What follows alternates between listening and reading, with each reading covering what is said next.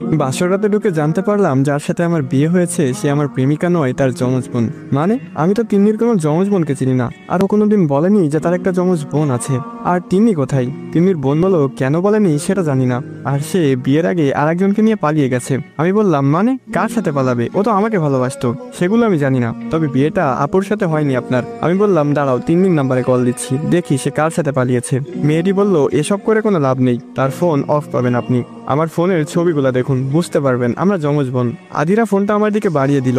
আমি হাতে নিয়ে দেখলাম দুই বোনের অনেকগুলা ছবি। মেয়েটা আমেরিকাতে বড় হয়েছে মামার কাছে, সেগুলা ছবি সহ প্রমাণ দিল। এবার আরো একটা শক্ত প্রমাণ পেলাম, মেয়েটার ঠোঁটের নিচে তিলটা নেই, যেটা তিন্নির ছিল। পৃথিবীতে এমন হতভাগা মানুষ কয়টা আছে কে জানে। 4 বছর প্রেম করলাম, বিয়েও ঠিক হলো তার সাথে, কিন্তু সে পালিয়ে গেল। বিয়ে করলাম তার যমজ বোনকে। কেন পালালে তিন্নি? আর যদি পালানোরই ছিল তাহলে আমাকে বলে দিতে, আমি বিয়ে পর্যন্ত আসতামই না। মনের ভিতরে হাহাকার আর কষ্টের কারণটা না হলেও পারতে। আজকের রাতটা নিয়ে কত স্বপ্ন দেখিয়েছিলে মনে আছে? তুমি যেন পাশে বসে আছো, দেখতেও একই রকম, শুধু মানুষ দুইটা। কিভাবে বোঝাবো মনকে? যত সহজে বলা হচ্ছে পরিস্থিতির কথা, সত্যি কি ততটাই সহজ?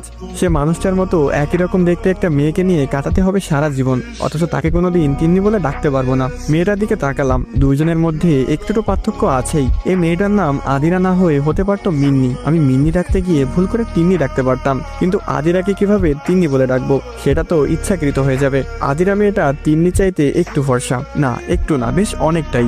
আমেরিকাতে থাকার কারণে এই পরিবর্তন। আদিরা বলল আপনি কিছু ভাবছেন? আমি বললাম হ্যাঁ ভাবছিলাম। কি ভাবছেন? আমি বললাম আপনি রাজি এই বিয়েতে? আদিরা বলল হ্যাঁ। কোনো বয়ফ্রেন্ড ছিল না আপনার?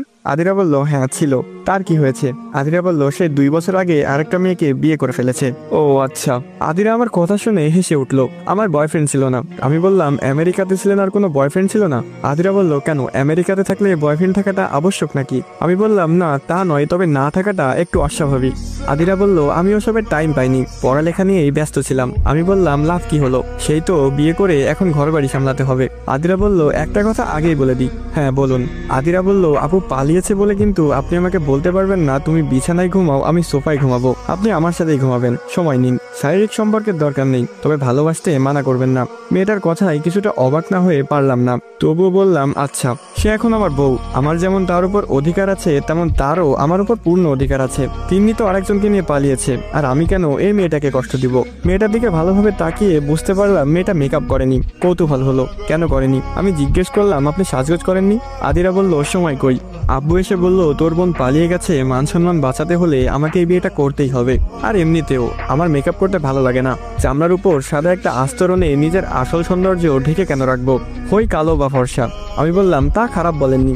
আদিরা বলল আপনি আমাকে তুমি করে বলতে পারেন। আমি বললাম সময় লাগবে, আপনার বোনকেই আমি রিলেশনের 6 মাস পরে তুমি বলেছি। আদিরা বলল আপনাদের প্রেম কাহিনীটা বলবেন, আমার খুব শুনতে ইচ্ছে করছে। বাসর রাতে বউকে প্রেম কাহিনী শোনাতে হবে যেই কাহিনীর নায়িকা তার আপন বোন। কি আর করার, প্রেম কাহিনী শুনিয়ে রাত শেষ করি। আমি বলতে শুরু করলাম, লাস্ট ইয়ারে যখন পরীক্ষা দিলাম তখন আপনার বোনের সাথে দেখা, পাশাপাশি সিট পড়েছিল। ফার্স্ট ইয়ার লাস্ট 2 সেমিস্টারের পরীক্ষা একসাথে। সেই পরীক্ষায় আমি খারাপ করি, কারণ তিন্নি। সেই যে তাকিয়েছিলাম তার দিকে, আমি পাশ মার্ক তুলে আর কিছুই লিখতে পারিনি। পুরো 3 ঘন্টা তার দিকে তাকিয়েছিলাম। তারপর খোঁজ খবর নিলাম, স্বাভাবিকভাবে প্রপোজ করলাম, সে রাজি হলো না। এরপর সেমিস্টারের সেই দিন পর্যন্ত তার পিছে ঘুরেছি। একদিন সে রিক্সা নিয়ে যাচ্ছিল, আমি রাস্তায় অ্যাক্সিডেন্ট করি। কারণটা আপনার বোন। সে নীল শাড়ি পরেছিল, কপালে টিপ, হাতে কাচের চুড়ি, ঠোঁটে হালকা লিপস্টিক, শুধু বাকি ছিল খোপায় বেলি ফুলের মালা। আমি বেলি ফুলের মালা আনতে গিয়ে বাইক অ্যাক্সিডেন্ট করি, হাত পা কেটে গিয়েছিল।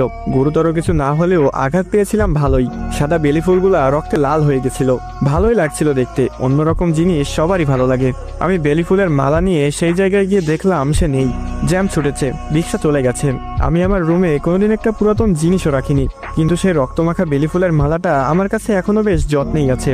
শুকিয়ে কাল হয়ে গেছে, নিষ্প্রাণ নির্জীব, তবুও যত্নে রেখেছি। আজ দেওয়ার কথা ছিল, এরপরও সে আমাকে ভালোবাসি বলেনি। সেদিন কাক ফাটা রোদ, রোদের তাপে ঘেমে একাকার হয়ে গেছি।